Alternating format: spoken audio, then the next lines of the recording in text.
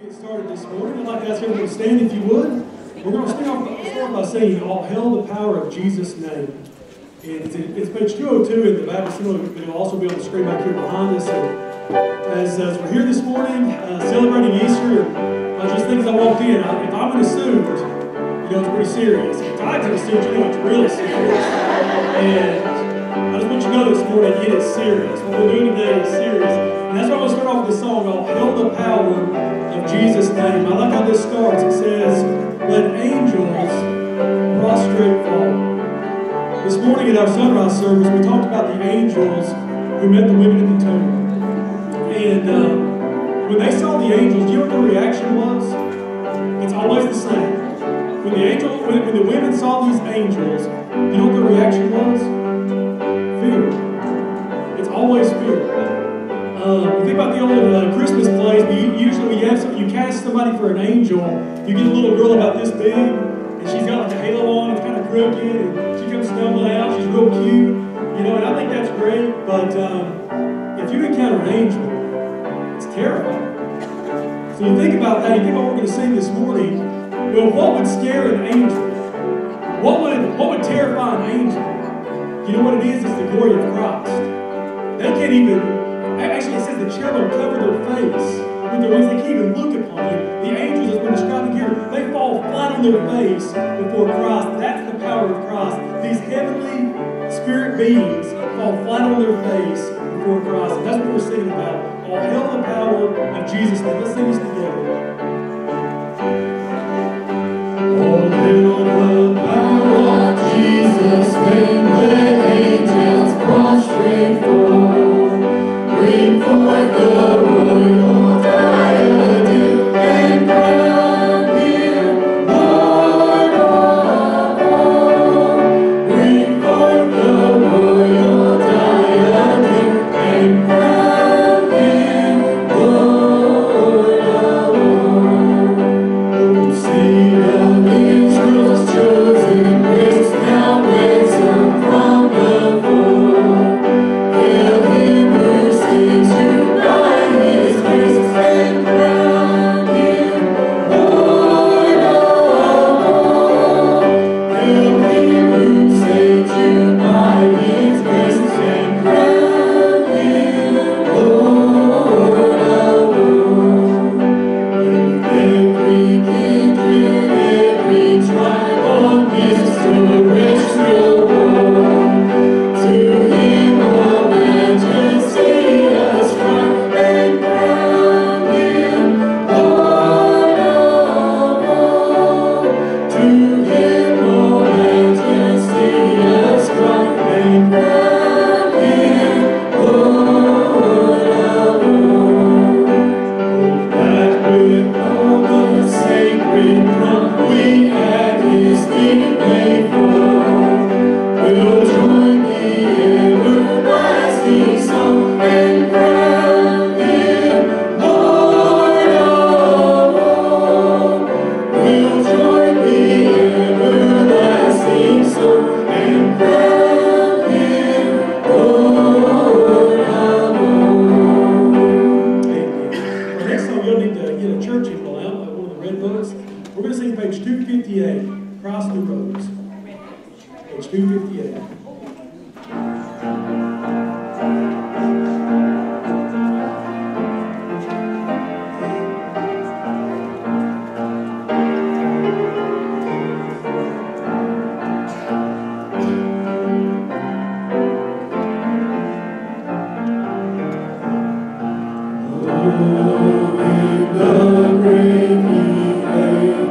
Jesus, my Savior,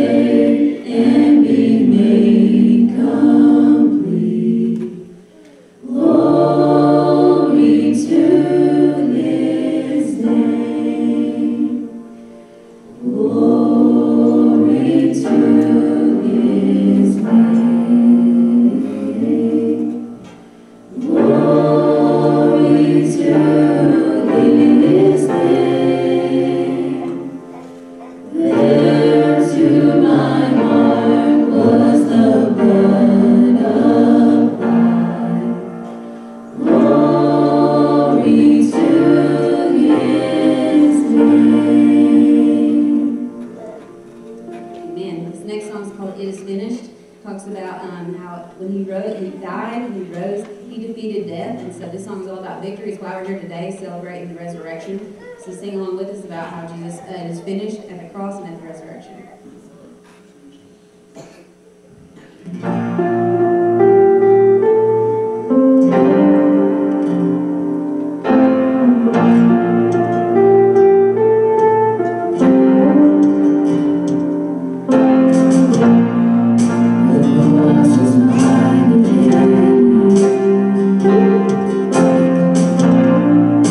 You're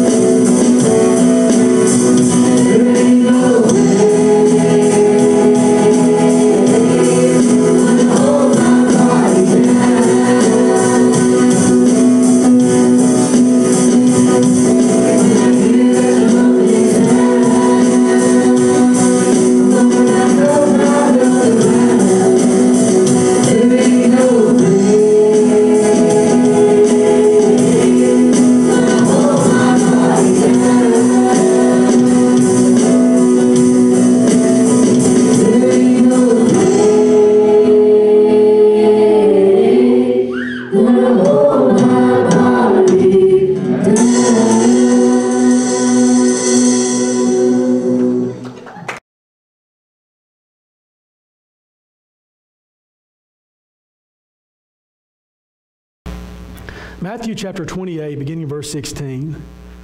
All hail the power of Jesus' name. We pick up in Matthew chapter 28, and this is after the resurrection. And you find in verse 16 it says, Then the 11 disciples went away into Galilee, into a mountain where Jesus had appointed them. And when they saw him, they worshipped him, but some doubted. And Jesus came and spake unto them, saying, All power is given unto me in heaven and in earth. Go ye therefore and teach all nations, baptizing them in the name of the Father, and of the Son, and of the Holy Ghost, teaching them to observe all things whatsoever I have commanded you, and lo, I am with you always, even unto the end of the world. Amen. Let's Lord in prayer together. Father, we thank you, God, as always, for your word. God, this is where we encounter Christ. 2,000 years removed in human history, but God, we encounter our risen Lord, Jesus Christ, in the pages of Scripture, in the eyewitness accounts that are given, including the one we've just read. So, Father, I pray for every person in this room. I pray for myself, God, that, Lord, if there's anything between us and you, Father, that you would remove that, take that out of the way. And, Father, I pray that we would leave here today, every one of us in this room, with our full faith and trust securely planted in your Son, Jesus Christ. Father, I pray that we can even begin to comprehend just to a small degree, God, the gravity and the majesty of what this morning represents and the resurrection of Christ.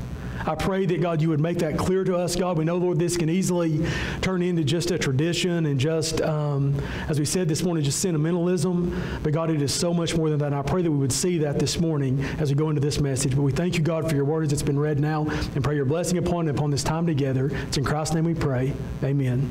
Be seated. So we read this account from Matthew.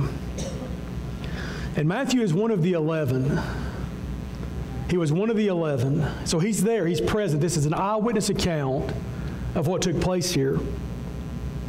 Matthew is also one of the 11 who had fled in the Garden of Gethsemane on Friday morning. And now he is one of the 11 amongst many others who are beholding Christ resurrected. Having been crucified on Friday, resurrected on Sunday morning, Matthew is one of the 11 amongst many others who are now beholding Christ resurrected. And he's hearing him say, All power is given unto me in heaven and in earth. That's quite a claim. That is quite a claim. All power belongs to me. If you heard just another person say that, you would think this person's an egomaniac. And not only are they an egomaniac, they're just wrong, because all power doesn't belong to them. But Christ is making the claim that all power belongs to him. There is no power apart from him in heaven and in earth.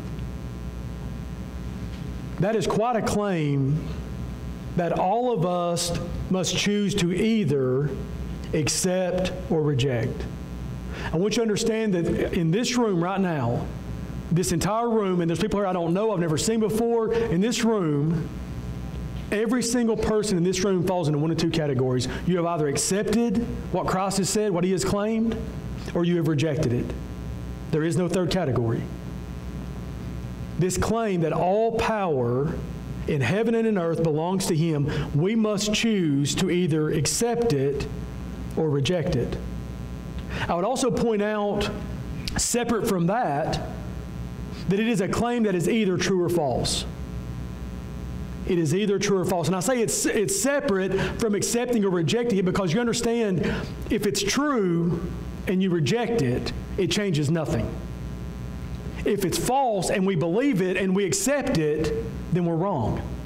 So there's two different categories here. Is this true or is it false? Does all power belong to Jesus as he has claimed? I believe that it does. I believe that is a true statement, and I therefore, because it is true, I accept it. But you have to make your decision. Either accept it or reject it. Do you believe that it is true or that it is false? Is Jesus a liar? Because if all power does not belong to him in heaven and in earth, if that is not true, then he made a false claim and he is a liar. You have to choose. It is either true or false. You must either accept it or reject it. We all must make a decision about Jesus. He has put us all on the spot by design. He forces us to make a decision. You notice in this passage we've read, it says they worshiped him. Now, you don't worship somebody who you think, hey, this he's a hero, he's amazing, he's a great man of God. You don't worship him. When it says they worshiped him, that means that they are recognizing him as God.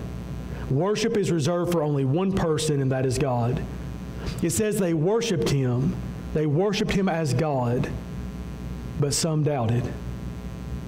Some doubted.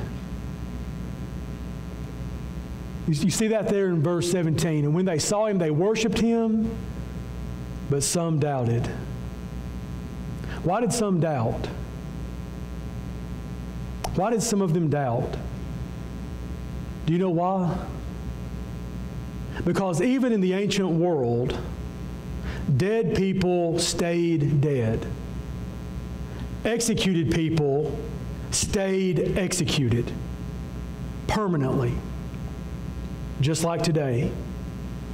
So if you're here this morning and you say, I don't know about all this rising from the dead stuff, I appreciate the songs, appreciate, us being able to come here together as a family or whatever it might be, but I don't know about all this rising from the dead stuff. I would say to you this morning, welcome to the crowd. No one believed it. No one believed it. Everyone rejected it, including me,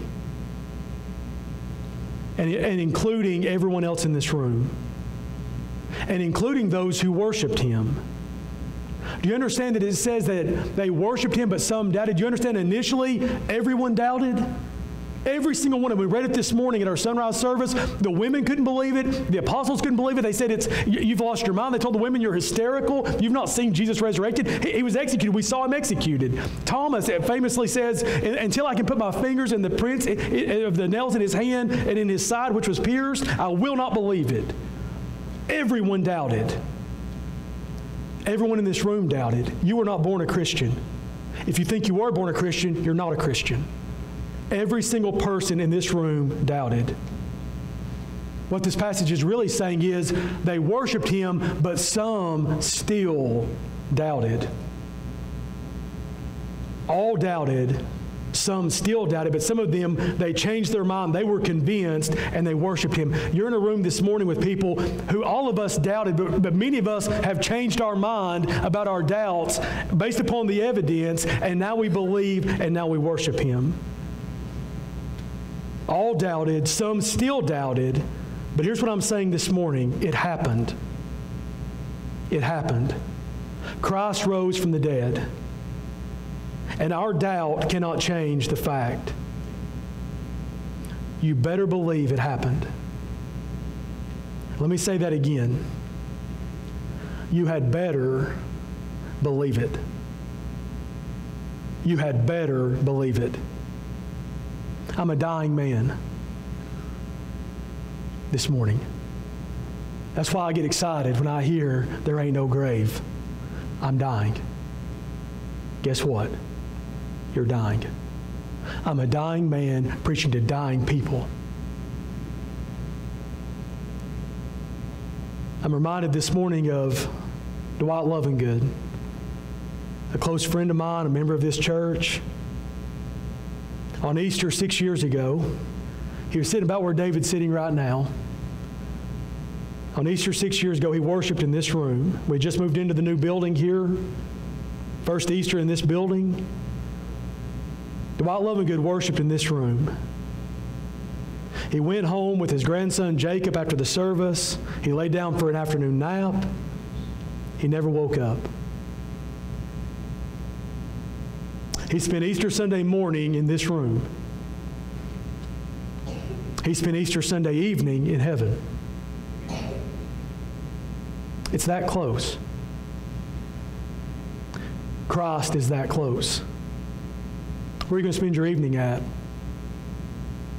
Well, I plan to drive down to Cleveland. I got all these plans, drive down to Cleveland for lunch with my in-laws. We're going to come back up. But the reality is, I don't know.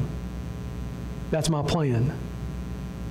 Dwight Lovingood had plans for the next day, for the next week. He was a healthy man. He was walking up and down steep banks, trout fishing over a Tellico River. I mean, he was in good shape. Laid down and take a nap and never woke up again. Can you promise me that won't be you today? You can't.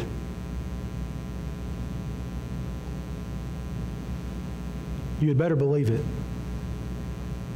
You had better believe it. Christ has risen, and all power is given unto him. Do you believe it? You know, the resurrection of Jesus of Nazareth is mind-blowing, but it is not some weird random event in human history. I want you to understand that this event of the resurrection of Jesus is sitting on top of a mountain of historical context that led up to it. I want to jump back briefly this morning, 600 years. I want to read about a mysterious Old Testament figure who was encountered in a vision by the prophet Daniel. Look at Daniel chapter 7, verses 13 through 14. As Daniel is receiving these visions and these prophecies, these very heavily symbolic and dramatic images about future events, this is in the middle of that. Daniel chapter 7, verse 13. This is 600 years, approximately 600 years before Matthew chapter 28 that we just read, before the resurrection of Christ. Listen to what Daniel writes and recording what he saw. Daniel 7:13 says, I saw in the night visions, and behold, one like the Son of Man came with the clouds of heaven. So this is someone in human form, and came to the Ancient of Days. That's a reference to God, to Yahweh. And came to the Ancient of Days, and they brought him near before him. And there was given him dominion and glory and a kingdom, that all people, nations, and languages should serve him. His dominion is an everlasting dominion, which shall not pass away, and his kingdom that which shall not be destroyed. This was written 600 years before the resurrection of Jesus. And as we are reading this, I would point out that if an Old Testament Jewish prophet, an Old Testament Jewish person knew anything about God, it was that God will not by any means share his glory with another. That's really, I would say that's one of the main emphasis of the Old Testament is that God in his glory will not share his glory with anyone else, with any false gods, false idols. His glory is reserved for him alone. He will not share his glory with another.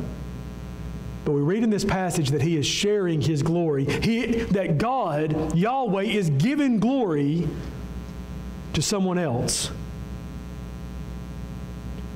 So this person who is appearing in human form is another who is not another. He is God appearing before God. So who is this divine manifestation in human form? It makes no sense. That is until Jesus quotes it during his trial before the high priest. Look at Matthew chapter 26. So Jesus is on trial here. This is Friday morning. It says, and Jesus held his peace. So he's on trial. They're making accusations against him, false accusations against him. He doesn't say anything. Fulfilling prophecy by not saying anything. As a sheep before its shears is dumb, so he answered not a word. Isaiah 53. We find here in verse 63, it says, but Jesus held his peace. And the high priest answered and said unto him, I adjure thee by the living God, that thou tell us whether thou be the Christ, the Son of God. So he says, on God's authority, I command you, tell us, are you the Messiah? Are you the Christ? Are you the Son of God? Listen to Jesus' reply. Jesus saith unto him, thou hast said. What he said was, he had been silent this whole time. The high priest is now exasperated. He says, tell us, under the authority of God, tell us, are you the Christ, the Son of the living God? And Christ said, you said it. You said it. He goes on and says, "Nevertheless, I say unto you, hereafter shall ye see the Son of Man sitting on the right hand of power, and coming in the clouds of heaven." And the high priest knew exactly what he was saying. Jesus said, "I am the Christ, the Son of God." You said it. And he goes on, what he's saying here is, I am the man that Daniel saw in his vision, described in Daniel 7. And the high priest knows exactly what Jesus just said. Listen to his reaction. Then the high priest tore his clothes. This was the high priestly garment. I mean, this was as dramatic a statement as the high priest could make. He ripped his clothes, saying, "He has spoken blasphemy. What further need have we of witness? Behold, now you have heard his blasphemy. What think ye?" They answered and said, "He is guilty of death, because he made himself equal with God," as claiming to be the man that Daniel saw in his vision, described in Daniel 7. One other vision recorded in the Old Testament we'll look at this morning. This gentleman's a contemporary of Daniel. Again, we're going back 600 years. The prophet Ezekiel, in Ezekiel chapter 1. Daniel and Ezekiel are both in Babylonian captivity. They've been taken out of the land of Israel, taken out of Jerusalem. They're living in Babylon. And the prophet Ezekiel, in Ezekiel chapter 1, we won't read it this morning, but rather we're going to look at an artistic depiction of what Ezekiel describes in Ezekiel chapter 1. You can kind of see it here. Hopefully you can see that pretty well. This is the vision that Ezekiel saw. It's a terrifying vision. You see these figures. You can kind of see this little dot down here is Ezekiel. This is a terrifying vision. There's these four enormous beings referred to as cherubim. These four enormous beings that are cherubim, they're not technically angels, but they're angelic beings. They have two sets of wings. With one they fly and one they cover themselves with. And they have four faces. They have the face of an eagle and of an ox and of a lion and of a man. This is heavily symbolic. This is a symbolic vision that Ezekiel is seeing. And these cherubim, as they have those, why do they have faces? A face of a man, of an ox, of an eagle, of a lion? It is symbolizing all earthly creation. Beside these cherubim, you have these enormous wheels that are full of eyes. And this is symbolizing, these wheels are turning in every direction. They're intertwined wheels that are covered in eyes, and this is symbolizing, in a very dramatic way, God's omniscience. Seeing and knowing literally everything that happens in creation. You kind of picture this, that all of creation is down below, and then there's this platform that's above it all. Above all this flurry of activity, these wheels that are spinning, these cherubim that are flying, representing all of creation, earthly and heavenly, you have this platform. And upon this platform, he sees a throne with someone sitting on it in human form. Now that's strange. It's almost blasphemous for Ezekiel to write this had God not revealed it. You know what the holiness of God is? We sing it all. We could sing this morning, holy, holy, holy. Do you know what the holiness of God is? What does it mean to be holy? Is it to be a good person? Is it to be moral? It's complete. That has nothing to do with it. What is holiness? What is the holiness of God? The only way we can describe it is this: it's the otherness of God. He's other. He's set apart. There is nothing and no one like God. That's why you can't make, God says, whatever you do, don't make an idol of me, because nothing is like me. The holiness of God is the otherness of God, unlike anything in all of creation. And if that's the case, why does he keep appearing in human form over and over again in the Old Testament? The last scripture we're going to look at this morning, Revelation chapter 1. We're now fast forwarding. If you think about Matthew chapter 28 is where we started this morning. Now we're going to fast forward 50 years beyond that. 650 years after Daniel, after Ezekiel, 50 years after the resurrection. We come to Revelation chapter 1. We have John, the last remaining apostle. He's been exiled to die on the island of Patmos for preaching the gospel, for obeying Matthew chapter 28. He's an old man. John was probably the youngest of the apostles. He's the last one that's still alive. All the others have been martyred at this point. They've died for preaching the gospel, for fulfilling the Great Commission, that Christ truly is the Son of God, proclaiming that He's the Savior of the world. And John is now an old man, probably in his 70s or 80s. And I want to read what he saw as he's now been exiled on this island of Patmos. He's been put on this island to die as a punishment for preaching the gospel. Look at Revelation chapter 1. Listen to what John describes here. He says, I was in the Spirit on the Lord's day, that's Sunday, and heard behind me a great voice as of a trumpet. So you can imagine he's standing on this island. It's like just a rock in the middle of the Mediterranean, and he's standing there, and all of a sudden he hears like a trumpet blast behind him. That's what the voice sounds like. It's like the voice. His voice is like loud, like a trumpet, and his voice says this: I am Alpha and Omega. I am A and Z, the first and the last. And what thou seest, write in a book, and send it unto the 7 churches which are in Asia, unto Ephesus, unto Smyrna, and unto Pergamos, and unto Thyatira, and unto Sardis, and unto Philadelphia, and unto Laodicea. And John says, and I turned to see the voice that spake with me, and being turned, I saw 7 golden candlesticks. And in the midst of the 7 candlesticks, one like unto the Son of Man, again a human figure, clothed with a garment down to the foot, girded about the paps with a golden girdle. His head and his hair were white like wool. It's not just that they were white, but it's like they were glowing. His head and his hair were white like wool, as white as snow, and his eyes were as a flame of fire. Verse 15. And his feet, like unto fine brass, as if they had been burned in a furnace. And so it's like glowing, like if you can imagine brass sitting in a heated furnace, how it glows. His feet are glowing. And his voice is the sound of many waters. And he had in his right hand 7 stars, and out of his mouth went a sharp 2-edged sword.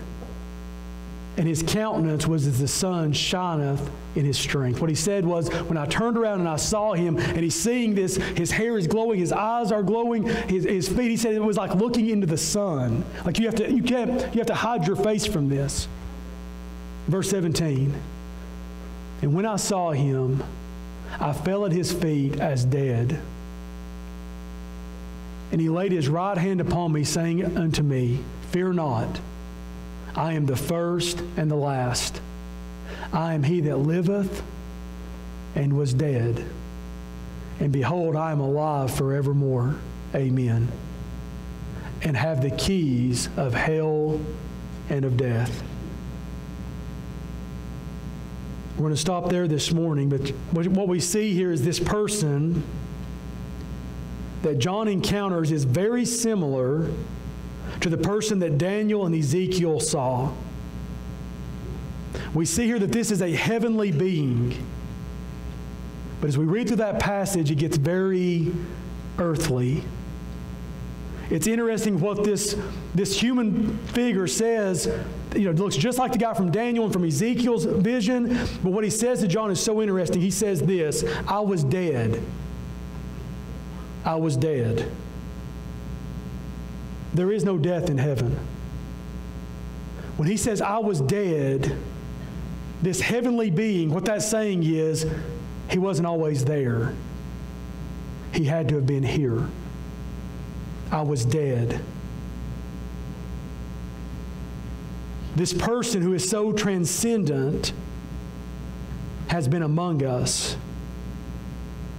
And he's looking down at John, his best friend on earth. This was his best friend. And so John's turning to see his old buddy Jesus. They walked together for 3 years. He was one of his students for 3 years, his disciples. He turns around to see Jesus, and he falls as he's so overwhelmed by what he sees, he falls as dead before his feet, like a dead man.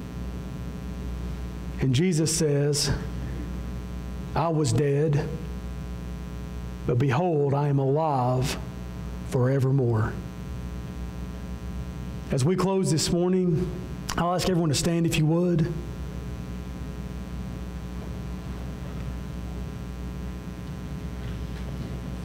We're going to sing this morning as an invitation hymn, When I Survey the Wondrous Cross.